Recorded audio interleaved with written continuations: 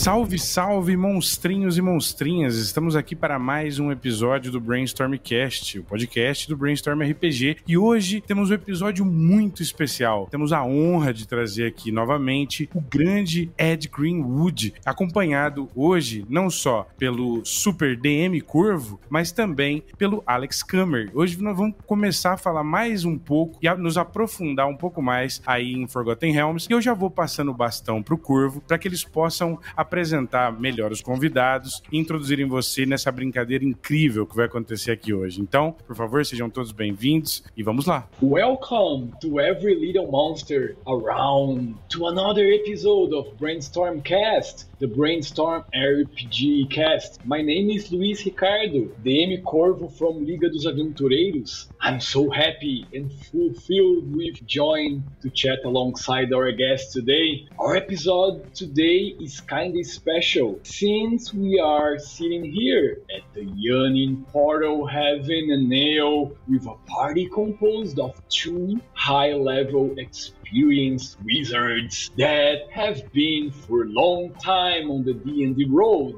Well, beyond skilled wizards, our guests are writers and D&D game designers. They recently worked on a special book that every fan of the Forgotten Realms would like to have in their hands. The book went premium in just 10 days over at the DM's Guild. Today we have with us Ed Greenwood and Alex Kammer. Well, Alan is not here, but they are a trio responsible for getting Thay back on the top of Faerun, right?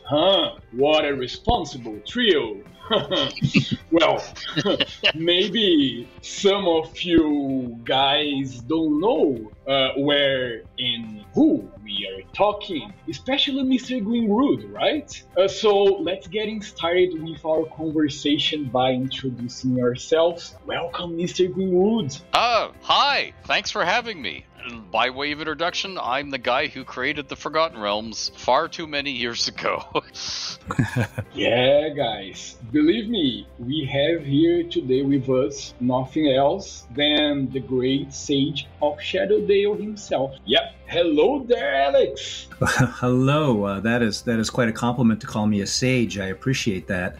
Yes, Alex Kammer. I am a ne'er-do-well, a nitwit, and I'm fortunate in my friends. So as a result, I get to write great books with outstanding people. I'm a very fortunate person. So thank you for having me. Maravilha! Então, pessoal, para quem está acompanhando essa brincadeira tanto aqui quanto lá, eu sou o Samuel Hernandez do Brainstorm RPG do Brainstorm Cast, e eu vou entregar agora o bastão para a gente começar uma bateria de perguntas que vão ser feitas em inglês, respondidas em inglês também, mas que depois, não nesse episódio que você está ouvindo agora, mas no futuro, virá também um episódio com essa tradução para que você possa acompanhar isso pormenorizadamente. Então, já dando graças a todos que chegaram até aqui, a você que está nos ouvindo também, vamos começar. DM Corvo, por favor. Saudações, gente! Welcome to everyone! So, folks, it's such an honor to have the two of you here today, Ed and Alex. Well, getting up beyond your time and course for this short talk, I really welcome you all to Brainstorm Cast. And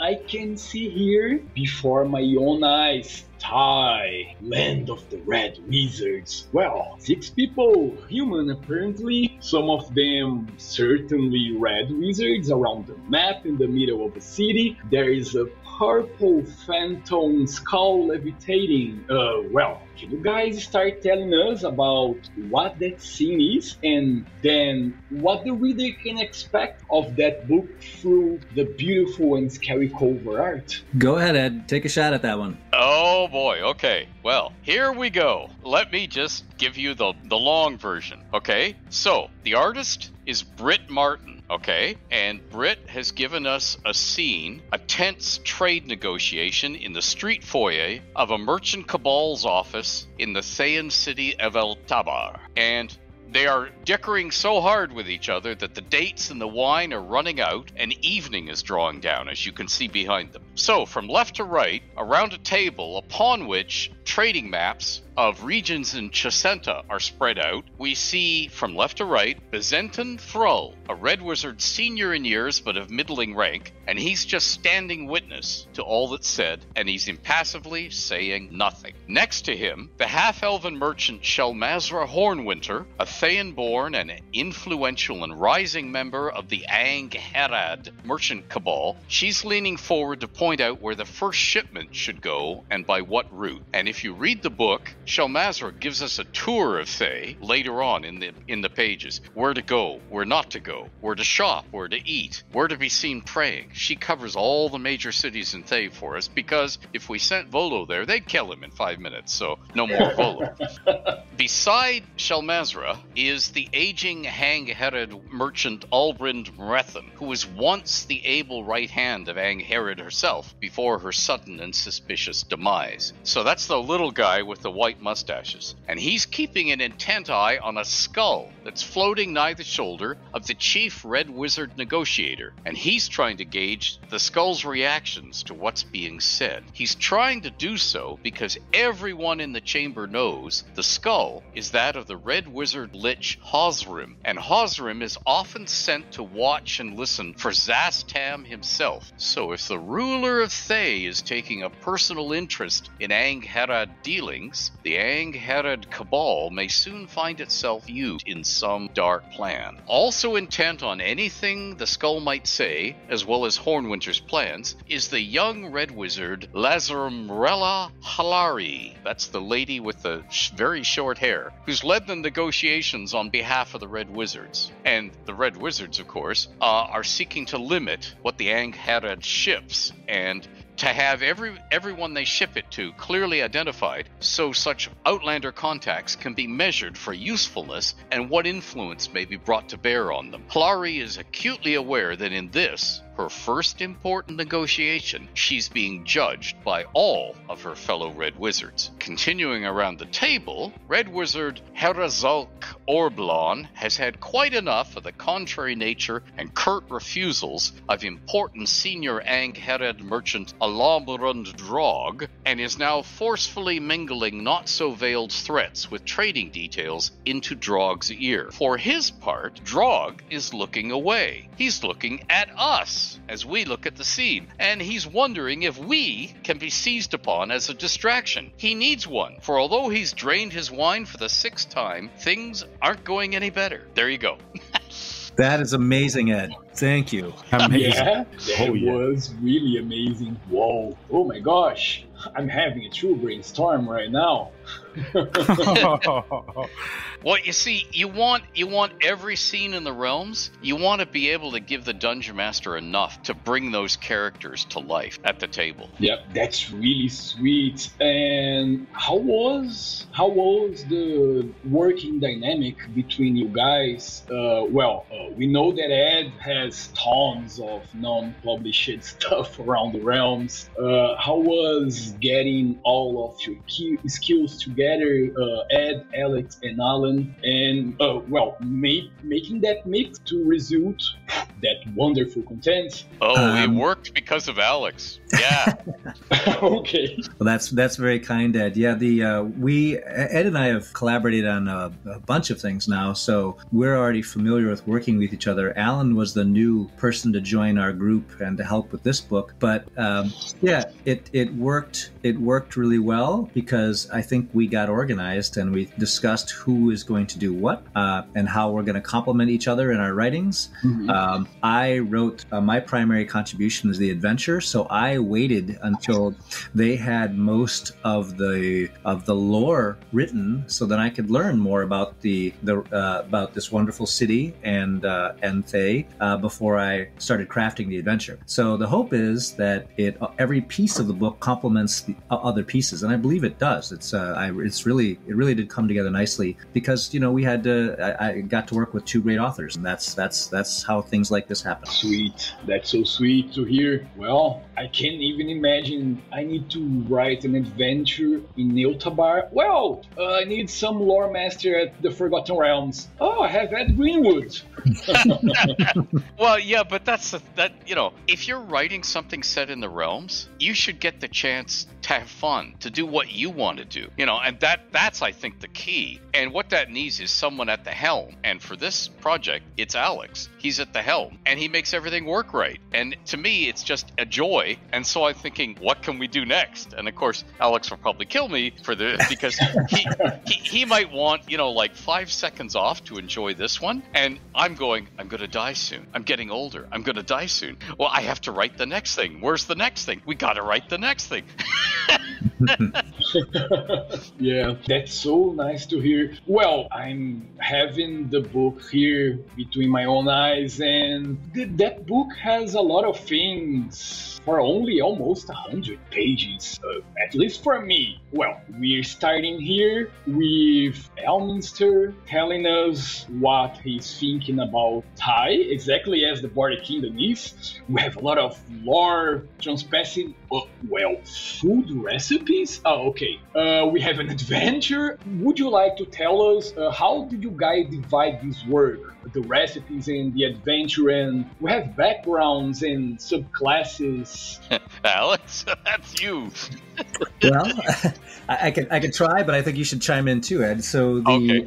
I think we did what essentially what each of us wanted to do, and that's the best way, and what we felt that we were good at. So a lot of the mechanical 5th edition D&D things Alan did, because he's a very very recently was a D&D Adventures League admin, and he's very well published and widely published in the DMs Guild, and has written many Adventure League adventures. So that made sense for him, and he's also a big Thay lore guy. So he and Ed did most of the lore. My only piece was just I wrote the Thayan military piece, but and so the adventure then is probably the least educated, the least knowledgeable about Thay, and I love writing adventures. That's really what I do when it comes to writing and for gaming.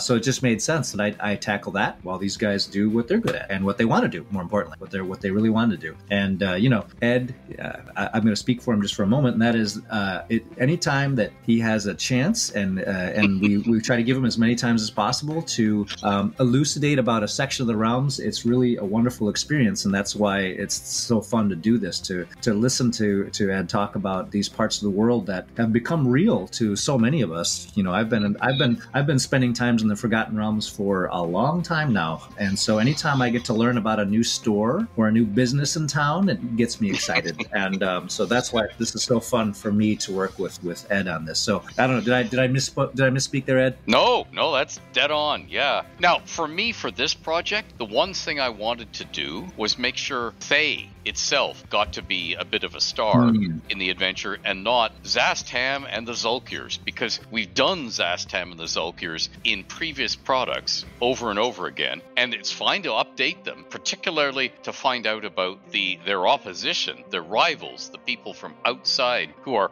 outside, say, just to stay alive at the moment, but would dearly love Szass to be gone and them to be in charge. So we do that in this book. But I wanted Thay itself to be a bit of a star, because the one thing I'm always thinking when we're writing one of these things is, okay, I'm sitting at a table, I'm the dungeon master, and I'm looking at all these expectant faces, and they want to play in the realms tonight. I have a life, I have a job, I'm busy. Does this book I've picked up give me enough to run the setting? And that's what I'm aiming for. What is Thay like to walk in there? What does it smell like? What does it look like? How hot am I? Is it dusty? All this stuff about exactly what is the country like. And that's the one thing that we hadn't done in print. So that's the one thing we should do now to give the gamer something they don't have before. And I mean, I was answering somebody on Twitter today, and they were asking, how is it that, red wizards avoid sunburn? And I said, oh, there's a cantrip for that.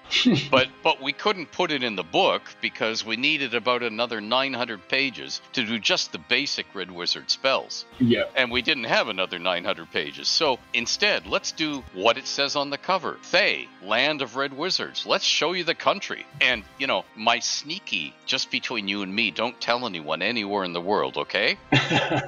My secret plan is I have to cover everywhere in the realms on the entire planet that since we started publishing the realms, far too many years ago, we haven't gotten to yet. And you see, the gaming companies that own the copyright to the realms, they keep having new game editions, and that always interrupts me going around the world, giving you the world tour of everything in the planet. You know, I always want to get to the next country, and they're always like, and then we go back and do something else again, and it's like, no, I haven't covered the planet yet. I have to cover the planet, so I'm trying to cover the entire planet. Just so you know, just don't tell anyone, okay? Okay. Well, that's a true campaign, like a long life campaign, right? Yeah. That's such an honorable job. I'm very grateful to hear that. Well, without a shadow, you guys make great and modern team, but you already have been for a long time on the D&D road. What is it like for you today to write content for 5th edition and the current audience? Well, it's very different audience than we had during the TSR eras, definitely, right? How is it? Because Thay is a very harsh place, right? The big difference I see between the audience of yesteryear and the audience of now is the audience of yesteryear was a much smaller audience, and many of them had the same gaming experience because there were a lot fewer games on the market back then. So you could assume that they knew more in common, and therefore there were more shorthand things. You could just assume that somebody would understand you when you wrote something. Whereas today, more diverse backgrounds, everyone from everywhere, and you're always conscious of the fact that somebody, it might be their first D&D adventure, their first experience. Yeah. But it's still storytelling and great adventure. That's the key thing that you always want. And this is one of the things we always think about. If a gamer reading our material can misunderstand something we've written, then we didn't write it right. It must be written in a way that somebody who doesn't share our background or maybe our language, and certainly our cultural experiences, they should be able to understand when they're reading the product what we meant in a particular sentence. And if they can't, we didn't do our job right for writing it, and we got to fix it so that they don't get into an unfortunate misunderstanding or argument at the gaming table or something for something we could have avoided. But other than that, it's just like, we all want great adventure. Yeah, I agree with that. I don't think it's you can draw a really clear line between the, older audience and the newer one, because the reality is that 95% of the older audience has joined the new one. Mm-hmm. And we're rolling forward, and it's great because, as Ed has so well pointed out, we have a much more diverse and interesting demographic that's in gaming and interested in gaming. That means everyone, and that's what's fun. And so that's really fun to be part of. And also, when the things that Ed and I write, we're not particularly concerned about what edition of D&D we're writing for, because if the mechanics are in the way of the story, then we just ignore the mechanics, because that's not what we're here for. Well, again, I shouldn't speak for you, Ed, but I believe I think you're dead on. Okay, and so that's what we do is we write the stories that we want to write, and then figure out if put a few rules in there if we need to. But that's the good thing about DMs are smart. I always believe that you should give them more than they need and have them pare back, as opposed to having something that's too thin. Ed and I both receive the same criticism with our adventures, and that is they're very wordy, and that's because you can always, as the DM, decide not to use a piece or cut something down or not use all that copy. That's fine. Boy, is it frustrating in my personal experience when I am reading something and I want to run it and I don't know what picture they're trying to paint. As opposed to, there are the monsters that are there and the opponents, but really, what's the world like? Where are they and where are they going? And that's frustrating because someone else wrote that, and I want to be faithful to what they wrote. Mm-hmm. And that's also a little bit of a handicap then. When you're writing your own stuff, if you're not faithful to your own stuff, you're not hurting anyone's feelings. But at least when I run stuff that's written by other people, I really want to do my best to put forth what they wrote. And when it's not complete or it's not as detailed as I'd like it, it's a little challenging and frustrating. Yeah, I agree, 100%. Yep. No, that's very humble and true of you guys. I'm totally agreed. For sure, I have to say. Well, let's mix something up. We all know that Adventures League have been releasing the Dreams of the Red Wizard series with both now Baldman Games and Game Con following Smooth Shades and the Border Kingdoms in that storyline. Well, but Alex, no, I'm a fan of those adventures and already DM'd almost all of them. I was really looking forward to this book to see the content and the lore updates of those events. Well, that said, Ed, I think let's start talking about Mr. Darlon Ma. How was his relationship? Well, he became a separatist, right? I know nothing. I could say nothing. No, if I tell you something, bad things will happen in the night.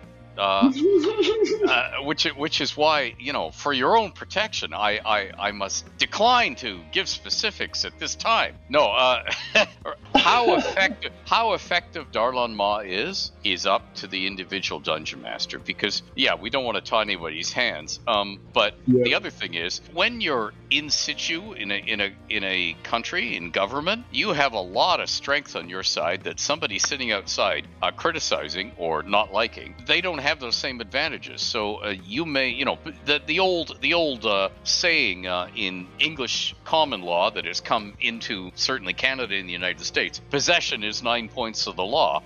If I got it and you have to try and get it away from me, it's much harder than if you've got it. And of course, I could say that Szass is one of the worst rulers I have ever encountered. Everything he tries goes wrong. But if I say that too loudly, I might not be here tomorrow because, so I won't say it. So therefore I didn't say it. So therefore I'm still alive. So therefore I just got to follow this logic chain till I beat it to death. So, no, I mean, whether that moves forward at all is totally up to each individual dungeon master, because it's very easy to criticize from afar, and it's very easy to say, if I was on that throne, things would be different. It's much harder to do it, and in the case of Thay, Szass has these undead armies. They're huge. He doesn't have to feed them. They never get tired, So, getting rid of him is going to be a little harder than just wishing him off the throne. So, it could be something that just never changes. Year to year. It could be the threat that never comes over the hill. It could be the bogeyman that just gets used by Szass saying, you better obey me, because otherwise the alternative could be worse. This nutcase called Darlon Ma, but he may never, ever show up. That's true. Yeah, I can imagine that. I just wondering about what happened to the Border Kingdoms recently, but, well, I don't wanna ask you about worse things than that one. Let's just chat about something that you can, warm us with some lore and story, because what happened to Blotar and Derlusk is out of my mind now. Okay. Okay. But Ed, tell us just a bit about that Atora and all the magic involved in the weave. Can you just line us a little bit about that force that involves Thay around the Atora? This is a good illustration of design decisions that are sort of forced upon you, because why are the Red Wizards such a powerhouse? And if they are a powerhouse the way we've painted them, why didn't everybody else rise up and wipe them out years ago?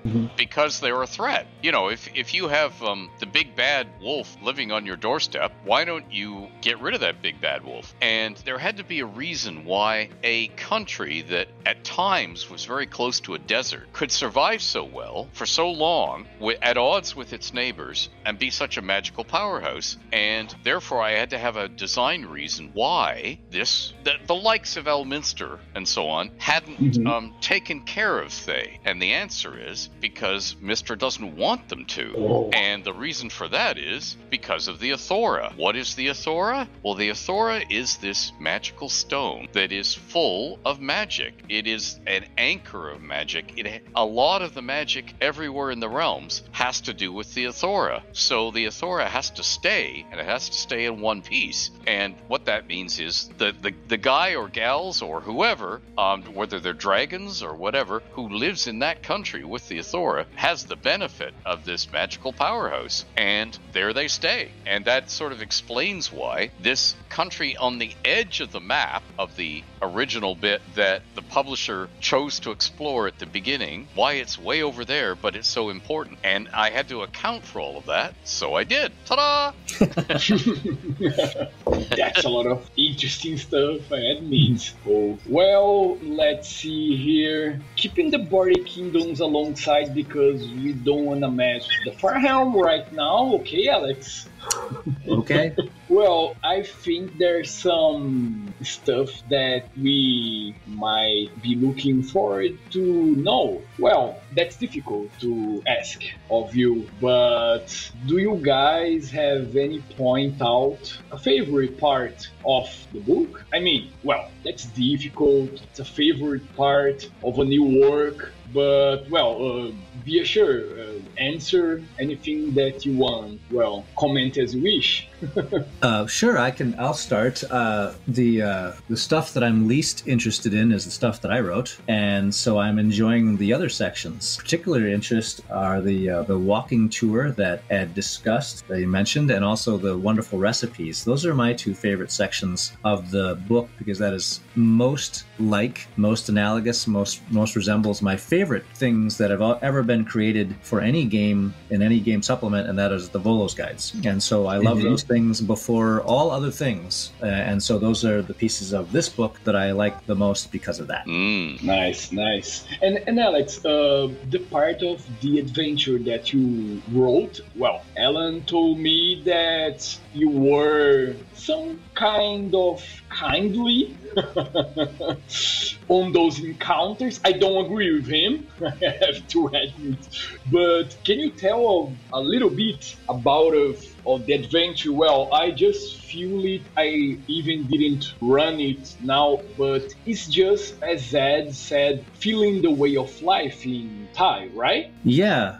I mean, what's interesting about trying to run a game in Thay, it's a totalitarian state. It's an authoritarian state, and most commonly in our adventures, we don't get into the politics of the place we're adventuring in. But you have no choice but to deal with that in Thay. You just don't have any choice. It is what it is. So that's what was fun about and challenging about writing an adventure in a very controlled society. So that's why it immediately struck me as the underground, the criminal element, which exists in any type of society, would be the place that would be fertile and would be interesting to have an adventure that involves those folks. And so that's why the adventure is called Intrigue in Eltabar, is that you are not dealing with the Red Wizards directly. You are not dealing with the authorities, but you are dealing with the people of Thay, the people who are really getting things done, the people who have dreams and ideas of their own that don't necessarily square or align with the government. And the characters are going to have real choices to make as they move through that world, and that was fun to try to do. Yeah, people who just want to live, but unfortunately they were born in Thay, right? yeah, exactly. Yeah. Okay, that's wonderful. I'm looking forward to running that adventure on next Saturday with a lot of folks here in Brazil. I'm seeing that we are not covering some spoiler today. Ed don't want to give us, but you're right. That's so wonderful, guys. It's a great time to be able to hear all of these from you, the authors themselves. Samuel would like to ask some questions to Ed, some specific questions. Não é verdade, Samuel? Sim. I mean, yes, great. Vamos lá. Então, pessoal, mais uma vez, né, muito legal poder acompanhar esse papo aqui do Ed e do Alex. Eu queria fazer duas perguntas, né? São perguntas que eu queria direcionar aí tanto para um quanto para outro. Então, para começar com o Ed, a pergunta seria o seguinte, né? Como que era trabalhar na TSR naquela época e quais lembranças marcantes ele tem daquele tempo, no início, né? Então, por favor. So, you are on the D&D road for a long time. What was it like to work alongside TSR at that time? Well, what was the most outstanding memories that you had? Okay, well, I was never on staff at TSR, but I did visit them once a year. And the reason for that is border crossing and taxes. Because... Well, here's the thing. In those days, if you were a Canadian visiting the United States, your allotment of duty-free stuff to buy and bring back was so low that the customs officials would generally ask you if you'd gassed your car up anywhere in the States. And they pretty well knew the answer before they asked, because they would ask you where you'd been to. And they can draw distances on a map like anybody else. And if they knew you'd gassed your car up, that was your duty-free allotment right there, just the gas you'd used. But if you stayed in the United States of America for more than a week, the customs allotment went way up. And as a gamer, I was going to Gen Con, which in those days was in Milwaukee, in Wisconsin. And I wanted to buy all sorts of stuff that my local gaming stores never received, but I desperately wanted to get it. And of course, like any D&D'er, I wanted to buy the new official book, whatever it was, Deities and Demigods or whatever. I was in that lineup of people who waited till the gates opened, and then we ran full tilt to the TSR booth and bought our stuff. That's what we were there for. So I would be in the United States for a week, all told. So after I started writing for Dragon, I would go to the TSR offices and I would hang out before and after, because I was going to volunteer for all of Gen Con anyway. So I had this patent excuse to hang around. And once they were publishing the realms, they would say, hey, you want to sit in on this design meeting? You want to sit in on that design meeting?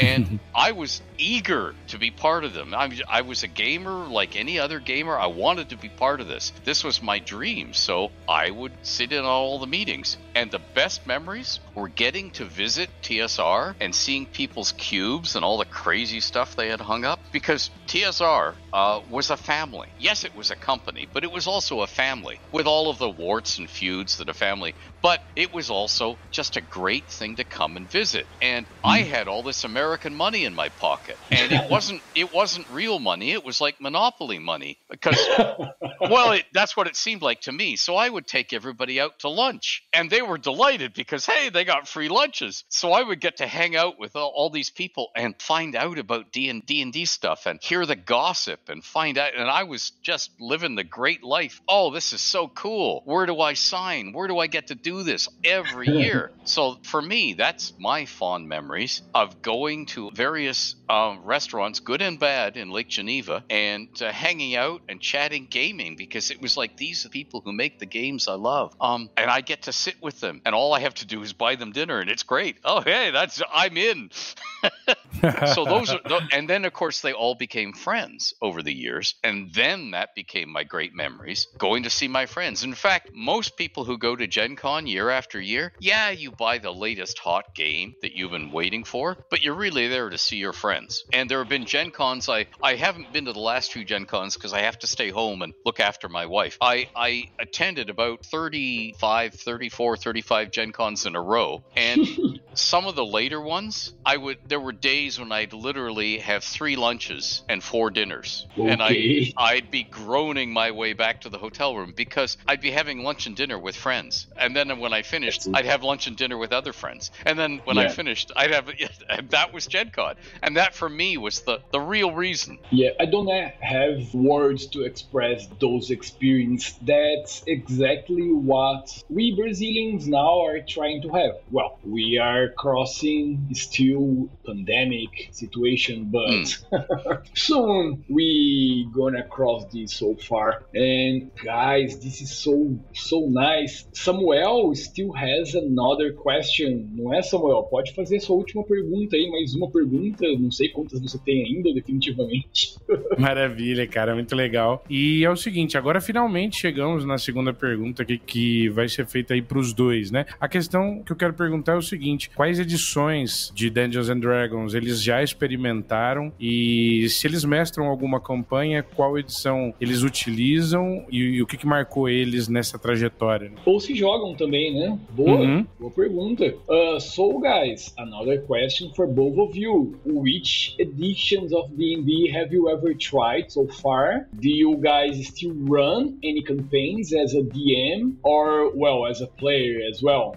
So when it comes to the editions of D&D, I've played all of them a lot for many, many years, except for 4th edition, and that is not because of the usual reasons, I guess. It just was at a time when I was going to law school, and so yeah, people often avoided it. I didn't really necessarily avoid it on purpose until I took a look at it and didn't like it. But yes, but I was playing 1st edition for AD&D for many, many years, well into the 3.5 era, and then I finally switched my group to that. So that was 1E and 2E. Those became, I blended all the good stuff from 2nd edition into 1st edition. 2nd edition D&D is my favorite edition of D&D. Nice. And then, but then I played a lot of 3.5, skipped 4, and have played a lot of 5th edition now since it came out in 2013-14. And so I run one 5th edition game a week, and then I run other games during the other week as well. But so 5th edition is a great edition because it's rules light, and that is a fun game for me to play with, especially people who haven't played a lot of D&D. Yeah, it's easier than the second, right? Yes. At least. Yes, although I will, and I hope, I think, Ed, we're of a mind on this. 2nd edition was a wonderful parting of the clouds when, we saw, that's where cleric spells come from. That makes much more sense. Oh, we don't have to use the weapon speed factor tool anymore. So... Yeah. So anyway, there you go, Ed. That's the mic is yours. Okay, I'm going to agree with you on just about everything. 2nd edition is my favorite edition to play in because I can think in it because I designed so much of it. It just so happens that's when I was churning out dragon articles, and therefore I was adding tons of stuff to the game, and therefore that became the game system in which I thought. And I can write 2nd edition without thinking because it's the language I learned to express myself in as a gamer. But because I wrote official stuff for TSR as a freelancer, by the way, not as a staffer, I have written for every edition of the game. And just to be between you and me and the wall, I could care less. I'm not there for the edition. I'm there for the game and the story. And in early Gen Cons, they would quite often have me write or run a charity event, where they could auction seats at table and so on. And inevitably, at an early Gen Con, and I'm talking Kenosha and then moving to Milwaukee, they would have press covering Gen Con, or they'd have parents bringing their kids there, and they'd want a game that somebody could sit in on or just stand and watch and listen while not being at the table, that they could follow without being a gamer. And so therefore they were very happy when I was running games, because I would run games where, okay, what are you trying to do? Oh, you want to climb the wall? Okay, roll me a d20. Okay, you climb the wall. You're playing D&D. Oh, but I don't know any of the rules. Don't worry, you don't have to know the rules. You just have to have fun. We're just telling a story here. You're helping to tell the story. Yeah. Really? Oh, that's D&D? That's D&D. That dangerous satanic thing you didn't want your kids to play in the basement? You're doing it right now. Do you feel satanic? Because I don't feel satanic. And they were doing that deliberately for that reason, because they knew I would run that sort of game. And guess what? That's still the sort of game I'm the most comfortable running. I really don't care about the rules. I want it to be a good story. If the dice tell me somebody's gonna die, their character's gonna die right now, and I don't think they did anything to deserve it, just between you, me, and the wall, I'm gonna fudge that dice roll, because I want the story to be good, and I want them to have moral choices in the story, and I want things that happen to them to have some relationship to what they chose to do, not just the luck of the dice. So I really don't care what game edition it is.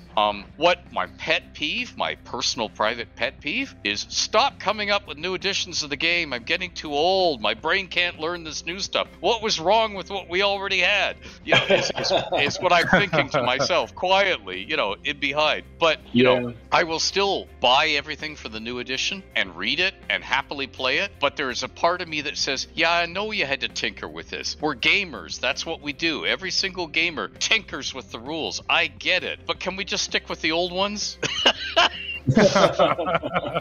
Yeah, I get it by thinking on your side. Well, but I started playing D&D on the second edition, and well, here a lot of people in Brazil had from Editora Abril a content very nice named First Quest. You know what I'm calling, Samuel. That was an introduction to the second edition, and yes, that was my introduction. And well, guys, this is so a wonderful talk. Ed, Alex, we're having our sincere thanks for you guys joining us today. This is a special edition for Brainstorm Cast. Well, I would like to thank everybody here, all the Brainstorm crew, no nome do Samuel. Oh, nice. Valeu.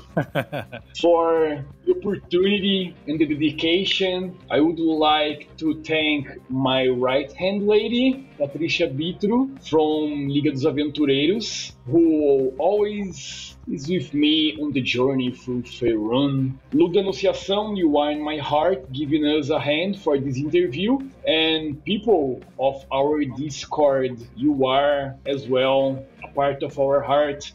My dear guests, please, we have the moments for talk and farewell. Well, that's such time.